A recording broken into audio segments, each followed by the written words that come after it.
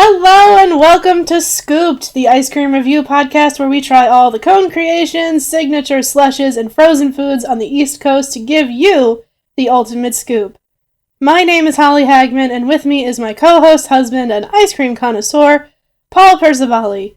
Paul, what's your favorite day of the week? Mine is Sunday. Oh, that's so lame. Ah. Don't start up with all that laughing stuff again. I'm okay now, actually. I don't know what happened at the beginning of this when we tried to record the intro, but I could not stop laughing. A few moments ago. Nope. Stop recording. I can't. Yeah, so we have... and I didn't even have ice cream today. We had it yesterday. And I haven't had anything today. Well, that's your own choice. Fasting is good, honey. Anyway... In our last episode, we reviewed Ryan's homemade ice cream, which we placed at the S tier level. For this episode, we're reviewing an international ice cream chain, none other than Cold Stone Creamery. Yes. It's very exciting. Mm-hmm. Now, I know for a fact I'm going to mess up the name at least once in the recording. The Cold Stone Creamery? Uh-huh. What are you expecting to say? Of course. All right. For Anyway. context, listeners, my place of work is also very similar naming. So, if I flub... That's the reason. That's why. Okay.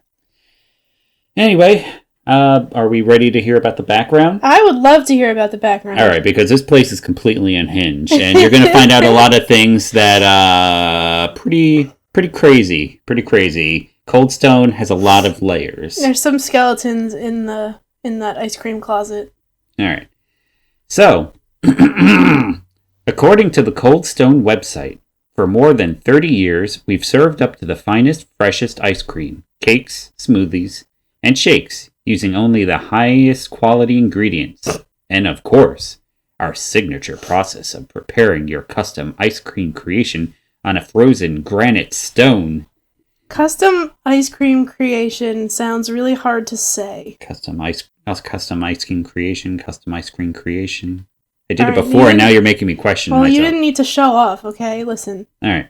Founded in 1988 by Donald and Susan Sutherland in Arizona. Yep. While the first store was opened in Tempe, their current headquarters is in Scottsdale. Pretty sure it's pronounced Tempe. Tempe. Okay. I could be wrong, though. I'm not from Arizona. I'll have to ask an Arizonian. Susan Sutherland, that's a familiar name. Is it? I think I'm just thinking of... I'm thinking of the old... I think I'm thinking of that actress from Three's Company. I'm not familiar. I'll look it up later. But you might be thinking of Donald Sutherland. No, I'm definitely thinking of Susan Sarandon. Oh, Susan Sarandon. Probably that's what I'm thinking of. No, that's not. But Donald Sutherland is the name of an actor who recently passed away. Yes, I remember him. He's been in a lot of things, but just in my brain, it's like he's always going to be President Snow of the Hunger Games. Oh, that guy? That guy. Yep. Yeah. This is not the same Donald Sutherland, by the way. This is a very different man who founded Cold Stone. Is not the actor who played President Snow. But it is interesting that they have the same namesake. Interesting. Well, they're lucky they got that cameo in before he passed then. I suppose. At the end of the newest movie, I mean. Did they? Didn't they? I don't remember. Okay, you're making me question myself. Well, now we have to rewatch the Hunger Games prequel. Yes. Song of Snakes and Songbirds. Yeah, that's something like that. Ballad of Songbirds and Snakes. Same difference. Close enough. I'm impressed with how close you got. Okay. Anyway, now that the Hunger Games portion of the podcast is over, let's continue to talk about Cold Stone. So what's interesting about Cold Stone is their big claim to fame, right, is their idea that they're going to mix your ice cream on the frozen granite slab in front of you, and that's like literally a cold stone. However, this concept that they have made like a big deal was actually borrowed from a different ice cream place that introduced it first. Really? Which one? It was a shop in Massachusetts called Steve's Ice Cream. They introduced this concept with mixing in things, and they actually called them smush-ins instead of mix-ins, which I don't know if that... Maybe that's why Cold Stone says mix-ins, because there's probably some kind of copyright thing happening. Yeah, that sounds about right to me. But the concept was borrowed from Steve's, and then Steve's later rebranded as Harold's Ice Cream, which is still in operation in Northampton, Massachusetts. And fun fact, they were the first person to follow us back on our Instagram. Sweet. So we like them. And Cold Stone has essentially thieved from them to exist. Well, I'm sure they're going to appreciate us setting the record straight. I hope so. But anyway, Cold Stone has a lot of interesting marketing stuff on their website. Oh, you guys have no idea. So I figured you could read us a little bit about what they call the Cold Stone Experience. All right. The Cold Stone Experience. How good is our ice cream? Well, let's just say that on a scale of 1 to 10, we're somewhere around an 11.5. Time out. I want to have Cold Stone confidence. I was life. I was literally thinking, like, not only did they give themselves an extra point, but they added an extra half a decimal to that. Sorry to interrupt, but I just, like... I know. I was literally about to, like, comment on that same thing. Cold Stone confidence. Anyway, carry on. That should be a meme. But we're about more than just serving up our amazing ice cream. We like to think we're really in the business of making people happy. It's all about what we call the 10-minute vacation. Registered trademark. 10-minute vacation, okay. I just want you to know that they have a trademark on the phrasing of 10-minute vacation. Yeah, the R with the little circle, all rights reserved. Carry on. So, yes, the 10-minute vacation, that 10-minute getaway you deserve from the world outside our doors. Just head inside any Cold Stone Creamery, and that's what you'll get from our enthusiastic singing crew members, which, when we went yesterday, I did not get any of that, but okay, to the shared laughter of our a family enjoying a treat together. I mean, you and me are family, so I guess they're happened. at least 50% That true. happened, that's true. If it's making you, your friends, or your loved ones happy, then we're doing our jobs right. So... did they really sing? Like, that they must have. But... it has to exist somewhere because it's in the copy. It's like part of their marketing, but never in my life have I been to a Cold Stone and heard any singing. All right. You said that this opened up in 1988, which means that... and where? So they were... Arizona. I don't know. Arizona doesn't seem like the kind of state that there'd be a lot of singing. I don't know, man. But you know what? Barber shops. There was singing. Maybe... I don't know. But it seems like that's kind of a weird thing. But I'm for it. I'm for it. It's just an odd thing to highlight in your marketing that... yes, we have singing crew members. Our ice cream's so good, we're at an 11.5 out of 10, baby. Let's go. And it's like, hate to tell you this, Cold Stone, but you may be over-exaggerating just a tad. I'd be interested in knowing how many of the employees actually know that was ever a thing. Yeah, how many of them have read the website? Because I assure you, the about 15-year-old boy that was scooping our ice cream yesterday did not have any intention of singing.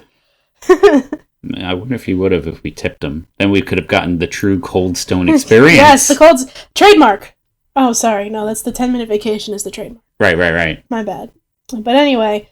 despite some of the weird claims on their website, Cold Stone had a very large expansion of their franchise to the point that they are actually an international chain. Really? They exist in 32 countries. Dang. And have about 929 storefronts just in the United States. That's not counting the stuff in the additional countries. They So completely beat out Carvel. they have put Carvel to shame. It is like unhinged how many cold stones there are. And it's weird too, because on the website where I looked at all this weird marketing stuff, there's also a button to like franchise your own cold stone. So they're still offering people opportunities to get in on the ground floor here and get yourself a Cold Stone Creamery. And 1988. That's not even long ago. Like, older than you. I mean, it's older than me by a year, but whatever. That's just impressive that they would have that many storefronts just in the United States alone, and they are only like 36 years old. That's just impressive. It is impressive. They've expanded a lot, but we're going to talk about whether or not that's a good thing when we get to some of their franchising information later in the podcast. So, all right. So, in terms of sizing, like the unique sizes, they have to be all hip with it. So they have the Like It, which is the equivalent of the small, the Love It, which is the equivalent of the medium, the Gotta Have It, which is the equivalent of the large, and then they also have something called Mine, Ours, and Everybody's. So for context, mine is a pint, ours is a quart, and Everybody's is like the half gallon that you would buy at the grocery store. Oh, okay. I can't imagine how much that gotta be. I can't either. And I don't want to imagine it. We're gonna talk about the prices later, but man, oh man, is this place overpriced? Yes, that's definitely a thing, and that was definitely one of my first frugal thoughts upon looking at the menu. Especially since, like, we just came off of a high with Ryan's, where they gave us so much ice cream for so little money. Mm-hmm. And then, like, the Ryan's medium was the equivalent of the Cold Stone large. Mm-hmm. So, and way less money. So it's just like, that's a little side note and preview into the pricing element, but it was unhinged. Yes, it definitely threw me for a curve. But on the bright side, we didn't pay for our ice cream yesterday. Yes, as long as we picked it up, we got it covered. Yes, we'll talk about that when we talk more about our experience at the Cold Stone. But the Cold Stone that we went to is unique because, well, in general, Cold Stone has a habit of co-branding with other enterprises. Particularly, one of their main partners is Tim Hortons in Canada. So it's like how what's that one ice cream place that's always like hooked up with Baskin Robbins, the one that's always and Dunkin' Donuts. So It's very similar to that. It's the same vibe. So actually, and Tim Hortons is a coffee shop, so that makes a lot of sense. Tim Hortons could be is the Canadian Dunkin' Donuts, basically. Oh. Or that's what I'm gonna call it. I don't know. We used to have one around here, and then it died. Nobody went to it. It was very sad. Oh, but now there's a Starbucks open in its shell. Well, I hope the Pizza Hut does better than that. Hopefully. But Tim Hortons is the co-brand for most Cold Stone Creameries. The one that we went to used to have a Blimpies in it as well. I don't know if that's unusual or if that's a thing that has happened in past with other places, but I just feel like it was weird because one day the building was Cold Stone / Blimpies, and then one day the Blimpies just disappeared. And now it's just Cold Stone. And now it's just Cold Stone, and we have no idea, like, why. Well, I mean, how long ago was it? Was it like 20 years ago? Mm-mm. Maybe like 5. Oh, well then I don't have a good answer for that. The Blimpie that used to be around my house, which I think it went out of, well, my old house. I think it went out of business around 15 to 20 years ago. So if it was around the same time in which it like went out of business, then I don't know. I miss that Blimpies. Blimpies was really good. See, if we were having a sandwich podcast, I would want to talk about Quiznos. I know. Because I miss Quiznos. I know. You even want to have... Oh, no, it was my idea, because I was just like, I've never had Quiznos when it was around, but apparently there's one in Connecticut. I don't remember if we said Connecticut or Delaware. It was a state that's within driving distance, but it's like too much just to go for a average quality sandwich. I don't know. I think that it's probably like exemplary, because otherwise how could it exist at this point? I guess that's a good point. It must be the best freaking Quiznos on the planet. Probably, if it's only like one of the few ones remaining.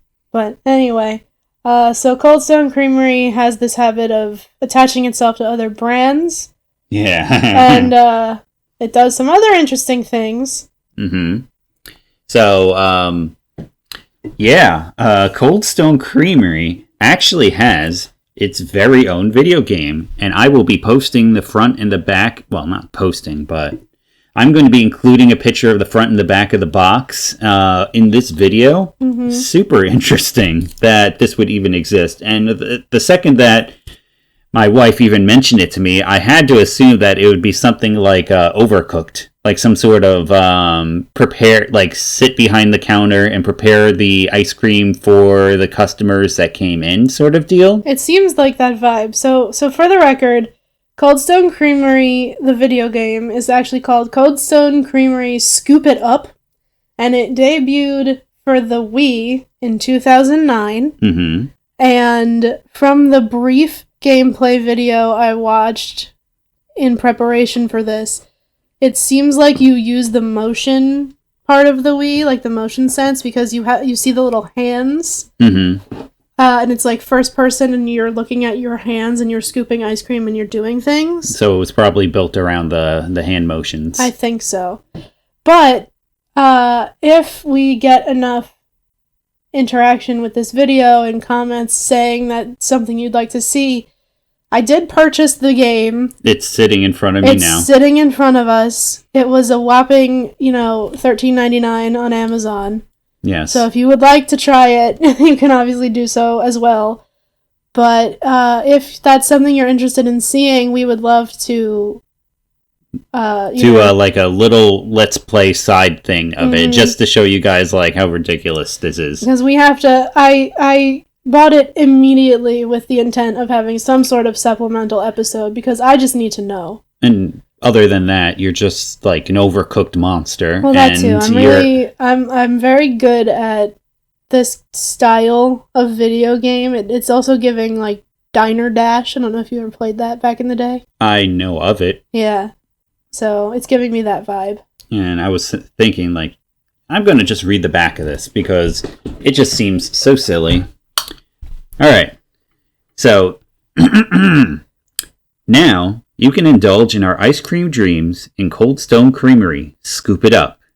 In Cold Stone Creamery's first licensed video game, and I can't imagine there being any more. I was just going to say first? Okay, we have to look into that. But players jump behind the counter to make custom creations by choosing from 25 different ice cream flavors and a slew of yummy mix-ins for the ultimate ice cream experience. Travel the world, bringing new customers delicious and endless combinations. And when you're not serving ice cream lovers, play a variety of mouth-watering mini-games on your own or compete against friends. Frozen Fun is coming your way exclusively for Wii. Trademark. The font is a little weird. Okay. Well, I think it's the same font that's in their logo. It's like the red. It's like causing my eyes to like freak out looking at this red font against this white background. So wait a minute. Let me actually look at this again. What's the objective? It says, travel the world bringing new customers delicious and endless combinations. And when you're not serving ice cream lovers, play a variety of mouth-watering mini-games on your own or compete against friends. Oh, great. I'm excited that means that we can play together. I was worried about that. Yes, I mean... My other thought was if we couldn't play together, we could each have one hand. We could each be a hand. What game were we playing like that a while ago? That one of us did one part, one of us did the other, just to make a one-player game, like a two-player game. I don't remember. It doesn't say here like how many players there are, but I have a feeling. I mean, it's got to at least be 2. But I would assume at least 2. But we will find out more about this crazy game when we play it. Hopefully later today. Yes, I'll have to just dig out one of the 2 Wiis. The Wii. Or the Wii U. So we got 3 options. Chances are one of them are still working. We interrupt your regularly scheduled podcast to bring you yet another note from the future. So every time we record one of these, I seem to find something new and exciting about the restaurant/shop that we're reviewing after we've already completed the recording, and I just couldn't let this one go. So, in addition to creating their own video game and other various wild events that Cold Stone has done, they also have recipes on their website for Cold Stone cocktails at home. These are recipes for boozy ice cream beverages that you can make using their ice cream that they have. It's really exciting. They have recipes for a pina colada using their sweet cream ice cream. Yes. They also have a recipe for a strawberry daiquiri, as well as a frozen margarita. So all of this is very exciting. So if you are over the age of 21 and you want to have Cold Stone cocktails at home, that is something you're able to do. And meanwhile, while Cold Stone was, marketing this video game for some reason, they kind of built a bit of a reputation for problems with their franchise in general. This was because of the game? No.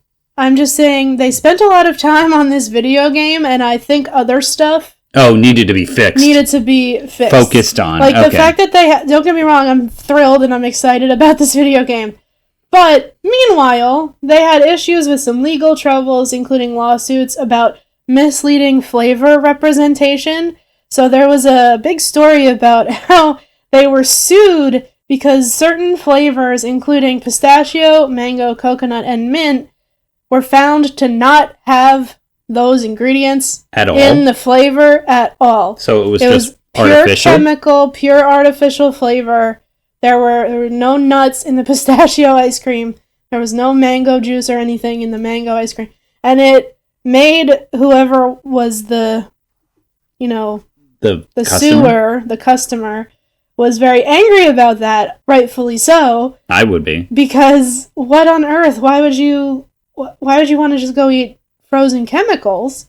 So they got in trouble for that as well. And in addition to those things, they also have just had an alarming number of employees lose fingers in the ice cream mixers. I'm not sure what kind of safety protocols are in place at the Cold Stone Creamery, but I ran into more than one story about an employee who, I guess either the guard wasn't up or whatever, and the mixer turned on and their fingers got cut off. Jesus. Well, at least the fingers were, in the cold already, so they could have just, thrown a lid on top of that thing and just brought it straight over to the hospital. That's true. So, in addition to, they have some issues with their franchise, they have lawsuits going on, they've got employees losing fingers left and right, and all of this brings into some questions about their business practices. But guys, don't worry, because you can shop on the Cold Stone retail store on their website to buy branded products for no apparent reason at all. Once again, something that they are focusing on that I don't know why they're focusing on it. But in case you were wondering, there are Cold Stone branded flip-flops, shirts, hoodies, hats, pillows, beach towels, backpacks, you name it, they probably have it. I've clicked through about 8 pages of materials. I could understand like a shirt or a hoodie, but flip-flops, pillows, beach towels, video games. I'll be honest, I want the pillow. It looked really comfy. We're not getting the pillow. Son of a... Alright, fine. But hey, I mean, if an audience member wants to send us the pillow, we would never be upset. But Okay, anyway. I'll accept that. But anyway. Even though it's going to take up space. So, yeah. Cold Stone. They have a weird business model. And I couldn't tell you if it's working. I mean, they have 921 storefronts, and they're in, 36 different countries or something like 32. that? 32. But still. Something is working. Something's working. I don't know. They have quite the business model. It's very strange, but you know what? Let's talk about the thing that we have actually been waiting for, which is the ice cream. So, this is a unique thing where we actually went to the physical store yesterday to get ice cream, because I've had a decent amount of experience with Cold Stone, but you really haven't. No, I mean, I could probably count on 2 hands the amount of times I've had Cold Stone in my life, and I've been having it since like my first year of high school. That's when the first one opened up over in Old Bridge. I remember it very distinctly. It was next to the pizzeria, a very smart placement on their part. Yes. They opened up, and it's just like the customization was the thing that like it definitely drew me to it right then and there. Yes, I agree. I was like in that stage where like I wanted to throw as much sugar on everything as possible, and they made it very convenient to do so. So that was like extra points in my book. That makes sense to me. So I've been to Cold Stone kind of a lot. I went through a phase in probably high school, maybe early college, where it was just like, I thought it was the best thing ever. Kind of like what you're saying, where it's just like, you can get absolutely anything in your ice cream, and they'll mix it for you right there, and it's great and wonderful. Yeah, they got the gummy bears, they got the nerds, they got everything. And I'll tell you, they have, for one thing, they have really extraordinary cookie dough, and for a long time, prior to my shift to the chocolate era, I was a cookie dough ice cream fanatic. All right, when did that change? I don't know. It shifted. What? There was a point where I just got cookie dough'd out. I don't know when. So now I only have it like once in a while. But was it one of those 7-year increments? Maybe.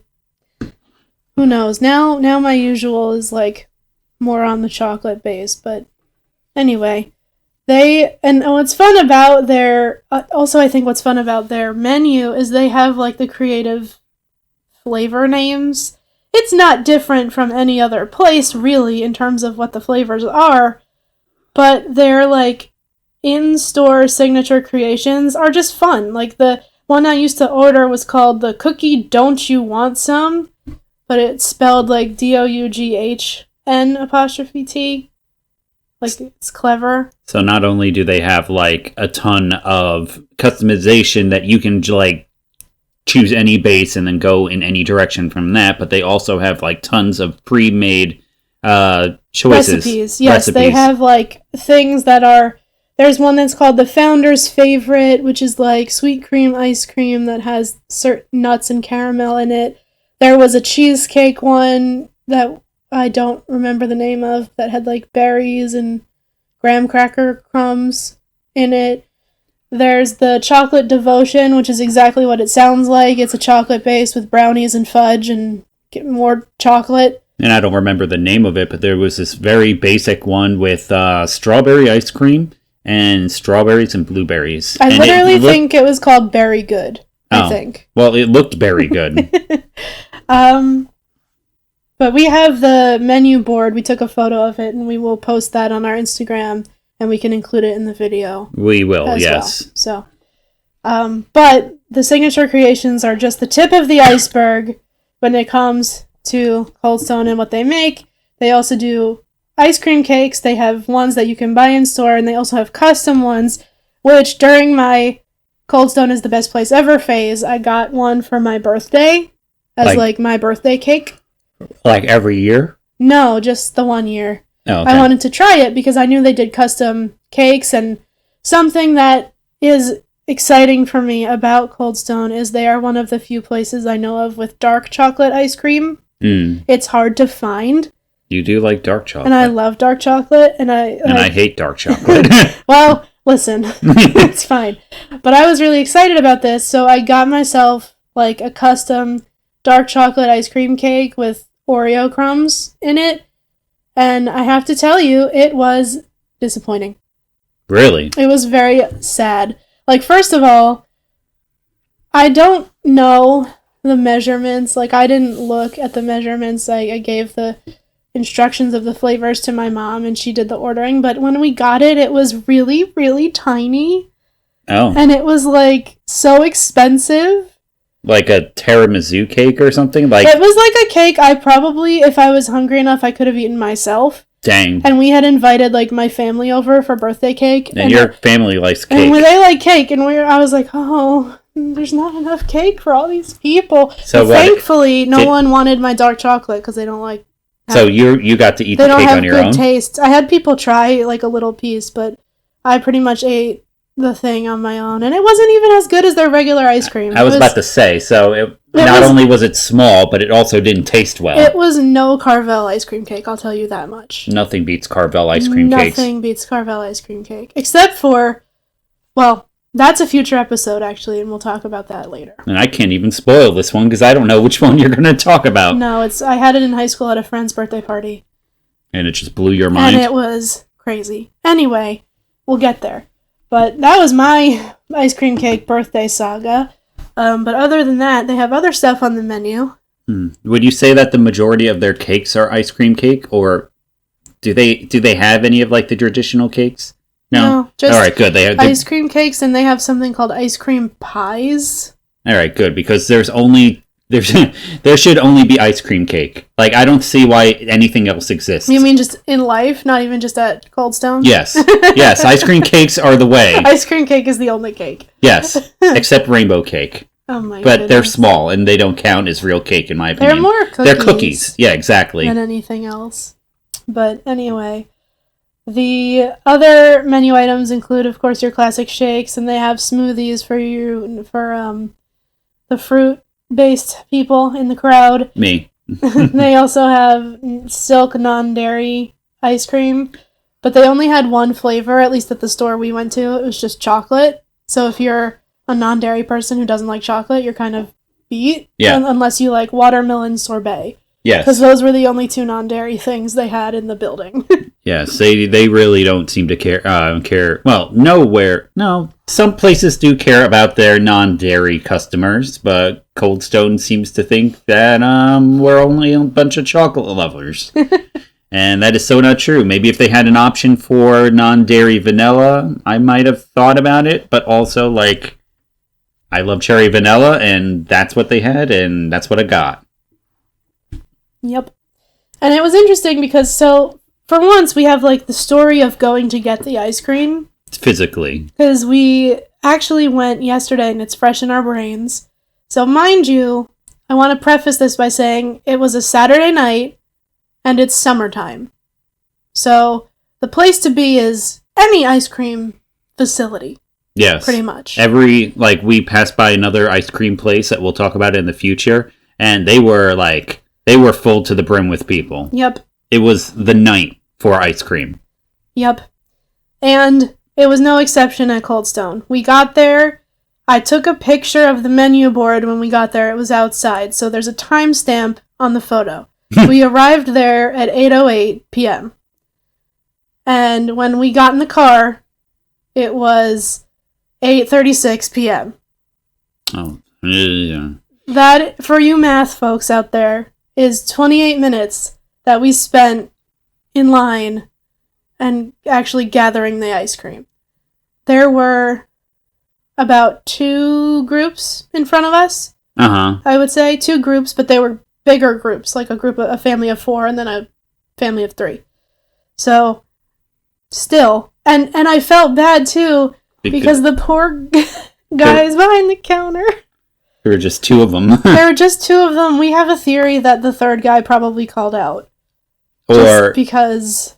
Either that or the store owner just didn't want to pay for someone. But how could you not pay for someone on a weekend, on a hot summer day? People are going to be showing up for ice cream. It's just the way of the world. And in addition to we only had two groups in front of us. But when I tell you that door kept opening with DoorDash drivers and Grubhub people, there were at least 5 pickups. In the amount of time that we were there. And then when we were leaving, there were 2 cars parked outside with their hazards on, like next to the store, that were more pickups. And you kind of determined, like, just based on listening to them, you figured out their system that every time that there was a beep, that was probably like an online order that was made. There was a little machine on their counter that the first time it beeped, it gave me a heart attack. Because I didn't know where it was coming from. And then the second time it happened, I was like, oh, it printed a receipt. Oh, I wonder if that's an online order. Then the third time it happened, I was like, okay, certainly it must be an online order coming in. And it kept dinging and they kept coming. So, yeah, she figured out, like, through process of elimination, that's probably what it was. And there was nothing else for me to do but think about the ordering process because, I was in line for 28 minutes. Yeah. So I had to do something with my time. I mean, a place like that, you're probably going to need at least 5 minutes if you're walking in for the first time to try and figure out what you actually want. Because there are a lot of options. There's all the stuff pre-made in the freezer, and then there's all the stuff on the menus, and then you have to look at all the flavors they currently have, and then you have to look at all the toppings that they had. And you can't forget the Despicable Me 4 promotional ice cream. That we saw. Did you notice that? Oh, I noticed it. I saw the kid eating it. I was like, no. This little kid in front of us ordered it. It's called like Despicamello or something. Yeah, something like that. And it's like marshmallow ice cream that's just the most neon yellow flavor. It looks like they took a minion and made him into ice cream. It's really disgusting. You said, did you ask or something like that if I wanted that? I was like, no. I don't want my insides to be dyed yellow. No, you were thinking of the cotton candy, which was blue, which is just as synthetic. And you questioned my taste in thinking about getting the blue one. I did a little bit. Yeah. Yeah, it would... That kind of... You're probably right. It would have dyed me blue. I learned my lesson with blue ice cream, but that's a future episode. Yes. And we'll talk about that later. But so eventually we get to the front of the line, we get our ice cream. I ordered the dark chocolate ice cream with cookie dough because, like I said, they have really good cookie dough here, and dark chocolate ice cream is hard to come by. So I'm like, cool, best of both worlds, let's get it. You ordered the cherry vanilla with gummy bears, which is your classic 2 favorite thingies. I mean, sort of. I mean, it's the gummy bears are like my secondary choice, but still, if I'm going to like have my most requested choice, it's going to be the Nerds. Oh, well, yeah. I don't think they had them. No, they didn't have them because they suck. I mean, what? But we also were picking up for an additional person, and this is how we ended up getting free ice cream yesterday. Because we have a system in our house where it's like the if you fly, I'll buy kind of system. So if we go to pick something up, the other person who stays home pays for it. So my parents were, my dad's like anti-ice cream, but that's a whole other story. Yes. My mom was like, I'll pay for you if you bring me back some ice cream. And we were like, cool. So she also got the banana caramel crunch, which was a signature creation. Did you try it? Oh, go ahead. Don't hit me. Banana caramel crunch. Oh, got it. For the listeners who are unsure why I took that tone with Paul, it's because I'm allergic to bananas, and he's known this for the last 8 years of our time together. I definitely still don't try and feed it to you on occasion. You forget constantly. With a side of melon. Yes. Which I'm also allergic to. What kind of life do you live? It's not a great one, but I do get to have ice cream kind of a lot, so that's good. I guess. So it's more of a quantity over quality thing sometimes for you. In certain cases, yes. So she said hers was good. She liked it. I saw them cut a real banana for that, which was also kind of nice. That's always nice. We love to see the real fruit in things. Mm-hmm. But talk to me about your cherry vanilla, because you've had that at a couple other places. All right, so let me see. I'm bring out the notes here. Well, I don't need the notes. So basically, are we just like reviewing the ice cream at this point? Are we just going in? Okay. Dive right in. All right. So in terms of creaminess, for some reason, I was getting the feeling that it was less creamy than like Carvel. Carvel is probably about a 40. I would say that this was about a 30, which means that there was probably more air in there than there would even be for Carvel. And for anyone who doesn't remember that whole explanation about air and ice cream, most average ice creams nowadays, when they are whipped to the point where they have like a large number of air, like a large amount of air mixed in with the cream, and that creates like an extra frothy look to it. And the reason I say that is because two reasons. One, the ice cream did not bother my stomach one little bit. I like how I'm like the canary in the gold mine when it comes to like figuring out the dairy content of different types of ice cream. Right. Basically, if it makes you sick, that means it's like very creamy ice cream because of your tummy troubles. Yes. So I would say that it's a 30. So in terms of creaminess, it's probably on the lower scale. And if I was to guess why, it's just because that they're such a gigantic company that everyone's going to keep buying anyway, even if they're going to be giving you less actual cream. And it's also more cost effective. In a store that's smaller, they have to actually put in more cream because they're trying to impress their customers, especially if they're just like a one building kind of place and they're not a franchise. They want to impress you and make you keep coming back. So it makes sense that they would add more cream.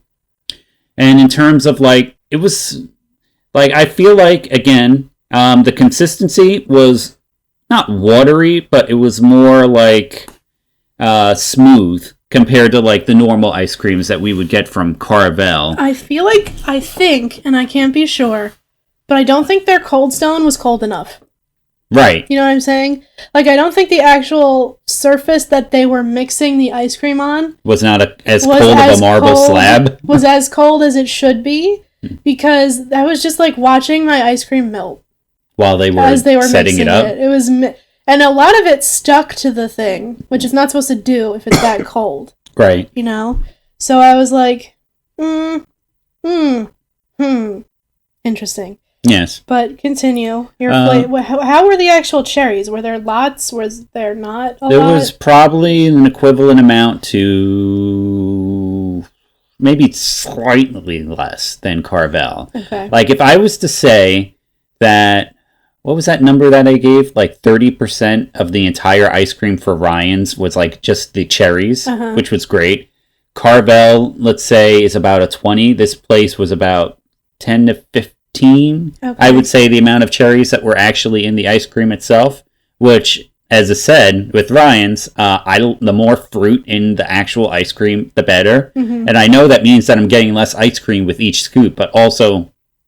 It's real cherries, so how am I going to, get upset about that? And also just, when you want ice cream with something in it, you want there to be that thing in every bite. It's the same thing with pizza toppings. You want a bite of your topping in every bite. So it's frustrating if you do go to a place and you get ice cream.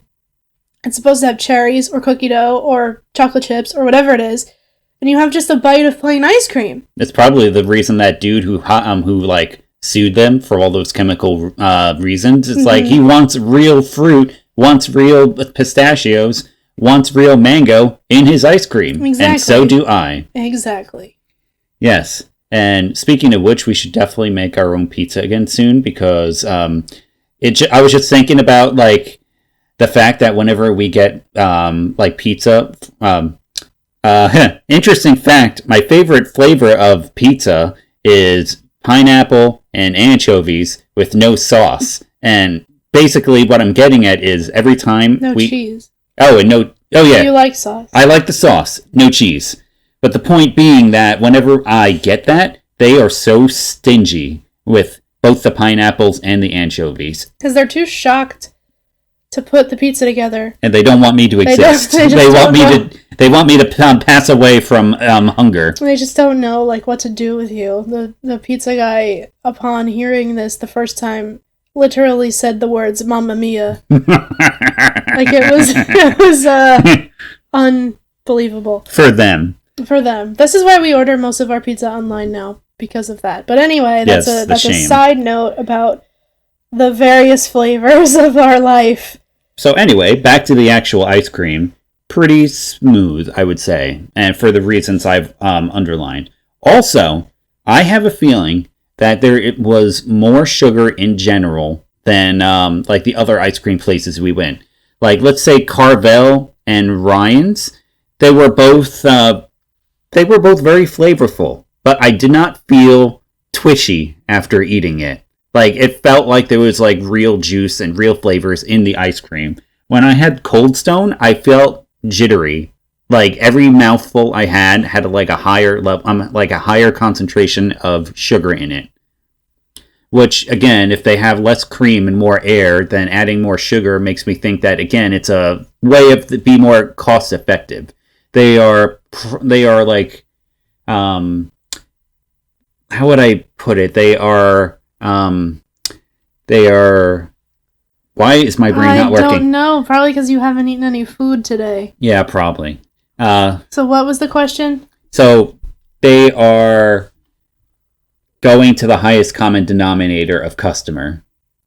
Oh, okay. They're like, oh my god, it's contagious. What? Well, so basically, what I'll get at in bigger words is that they have a big customer base. And a big customer, and most Americans... Oh, they're catering. Yes, catering. There's the word. That's the word you were looking for. Catering to them. Yes, they are catering to the highest common denominator of customer. And most Americans, I don't know about the rest of the world, but most Americans are highly addicted to sugar. And so you put more sugar and you can get away with less cream and add more air. The customer is still going to be happy, regardless of whether or not that it actually has like all of the amount of cream that a better place would have. So that's just my assumption based on that. It's being more cost effective. They have the brand name. The brand name like sells the ice cream before anything else, because you go to a place, you go anywhere in the United States, you see Cold Stone Creamery, you're going to be like, oh, okay, it's Cold Stone, so it's got to be good. But yeah, now I just went into like a whole marketing tangent. A little bit, but you know what? It's okay. Because if any podcast is the appropriate one to talk about marketing, it's the Cold Stone one. Yes. It's because they have the weirdest business model. Yes, it definitely seems like they're trying to be the Disney World of ice cream. Ice cream. And the last thing I will say, and this is something that we already touched upon, were the prices. So, in my opinion, as I said before, they are less creamy, have much smoother ice cream. They are very sweet. And the prices were kind of insane. We got our little receipt here from what we got yesterday. So we got 2 Lovitz. Lovitz are the mediums, right? Correct. And then we got 1 Like It. So the 1 Like It was $6.99. So that's the equivalent of a small. That's the small. And I'm telling you, their small is small. It's really, really small. That was like, their small would be like a kid cup from At like Carvel. a Carvel or something like that. And then we got 2 of the Lovitz, and it was not very big at all. No. Their medium is a Carvel small. And their large is a Ryan's small. Like, I'm telling you, their serving sizes are honestly probably what you're supposed to have when you have ice cream. Just a little bit. Yeah, but that's not what we're paying for. But that's not what we want. And it's certainly not what we want for $7 or more. Yeah, really. So, yeah, the price is kind of extreme. So, yeah, we got 2 Lovitz and 1 Like It. And with the food tax and everything, why is it because it's like... Prepared, I think. Prepared, okay. So we paid a total of $23.43 for 3 tiny ice creams. So I'm pretty negative about Cold Stone when it comes to like the actual costs and stuff like that. Yeah, the value is not there. It is, and it has made its namesake on being the bougie ice cream store, right? Like, that's its popularity. Really? All right, that makes sense. It's like the fancy people go to Cold Stone. Yeah, I don't believe that, but okay. It's not the case, really, but that's like, that was kind of their model and their reputation. And, I mean, even if you look at, like, where we went, it's in a stereotypically wealthy neighborhood is where the Cold Stone is. Right. So, it's one of those things. It was like in the same parking area with the Pliables. Yeah, there's a Pliables and a Rook Coffee over there. So for reference, those are the kind of businesses that are nearby. And the fancy brunch place is next door. Yeah, that place got money. Yeah. Yeah, so, it's a very well off neighborhood. Exactly. So I have some thoughts. I have mixed thoughts. Ooh, do tell. Because, like I said, I went through a phase where I really, really enjoyed Cold Stone. I do still give them a lot of credit because they're one of the few places on earth I can go for my dark chocolate ice cream. They have very good cookie dough. But in comparison to some of the places we've been, even just recently on this podcast... Right, because of the fact that we've been going to so many ice cream places, we've become huge snobs. We're definitely ice cream snobs at this point, and it is so much worse than I remembered it being. It could have just gotten worse. And it also, the quality could have declined. That's possible too. But, I really just feel like it's not as good as it used to be. So in the past, I used to go for the chocolate devotion, which is the ultimate, like, chocolate thing where you get chocolate ice cream, brownie bits, fudge. It's everything chocolate in a bowl. And it's been really good. It was extra good during, like, PMS time periods of life. But yesterday I just went with dark chocolate cookie dough. It was a good safe. You would think it'd be a good safe choice. And it was. It was a good safe choice. I enjoyed it very much. The guy wasn't stingy on the cookie dough, which I appreciated. And it was fine. But that's it. It was just fine. It wasn't like, oh, that was an amazing ice cream experience. It was fine. It didn't insult you. No. But it was fine. It was fine. It didn't wow me. It wasn't incredible. But it definitely wouldn't be your first go-to choice for a chain ice cream store. Right. It's raining. Yes, it is. You can probably hear it in the background. But yeah, it wouldn't be your first choice. You would still choose Carvel over Cold Stone? I would. Was the reason that we went to Cold Stone just because we wanted to test it?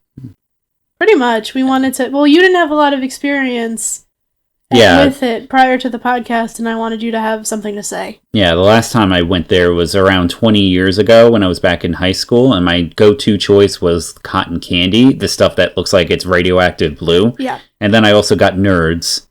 I remember it being sugary. I don't think it had much of a flavor at all other than just pure sugar. I've definitely, adjusted my taste buds since then to, stray a little bit further away from the sugar. I, back then, was probably one of those ideal customers that they're targeting, is, from my whole... addicted. Yeah, those horribly addicted, to sugar people. I was one of those. Yeah, so to go over, again, just the general review... Creaminess and consistency, decent. Flavor, decent. Experience, atmosphere / location. Again, fine. Shocking that it took 28 minutes in line to collect the ice cream. But I guess on a Saturday night in summer, that's not even that bad. It was less than half an hour. So. And I'm telling you, they either had someone call out, or they either had someone call out, someone was fired, or the guy who runs it was just, not interested in paying for an extra person on duty. But with the amount of people that were coming in, he should have been I'm going to make enough money anyway, so why not just pay the third person? Nah. Or why would we do that? Or the third person was on break. But that's very unlikely because...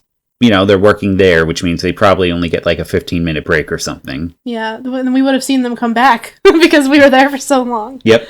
But anyway, it's the overall review from me, it's fine, but it's too expensive. I think we agree where to put it on the tier list. Yeah, it didn't insult us. It didn't wow us. It was like right smack dab in the center. And with that being said, what do we say? Is it low B? It was definitely a B. It was like the most B of Bs. I think it's like low B, mid B, if I was to take a guess. Low to mid B. I reserve the right to knock it down to C if we have things that are better. Yes, that's a good way of putting it. There are definitely things that are worse, and there are definitely things that are better, and Cold Stone was like just really smack dab in the center. It's definitely a choice if there's nothing else around, but it definitely wouldn't be my first choice. Precisely.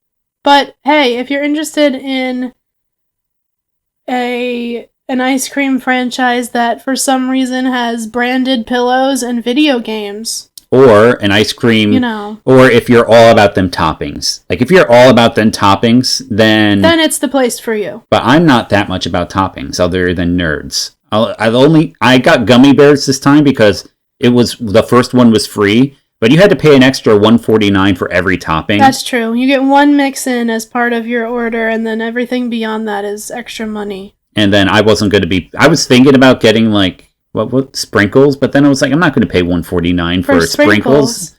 That's just a waste of money. Yeah, I would have gotten something way more valuable. Like, I don't know what. Fruit is probably just plain fruit would have been more valuable. I wonder if you could have gotten extra cherries. That would have been a good idea. I didn't think of that. Well, if we ever return, for whatever reason, if we're desperate, we've been so spoiled in other places that it definitely, like, while I was eating that, all I wanted to do was go back to Ryan's. Literally, though. I wonder if they have that peach flavor back yet. Oh, we have to go over there and find out. If their freezer is fixed. Or call up and just be like, hey, you got the Georgia peach? That was it, right? The Jersey peach. Oh, Jersey peach. They're from Jersey. Right. They got their peaches from Delicious Orchards. Mm-hmm. Mm. So. But yeah, definitely B. B of some sort. Mid B, low B, definitely not high B. Solid B, right in the middle. It's average. It's the most average of ice cream places we've gone to so far. Sorry, Cold Stone.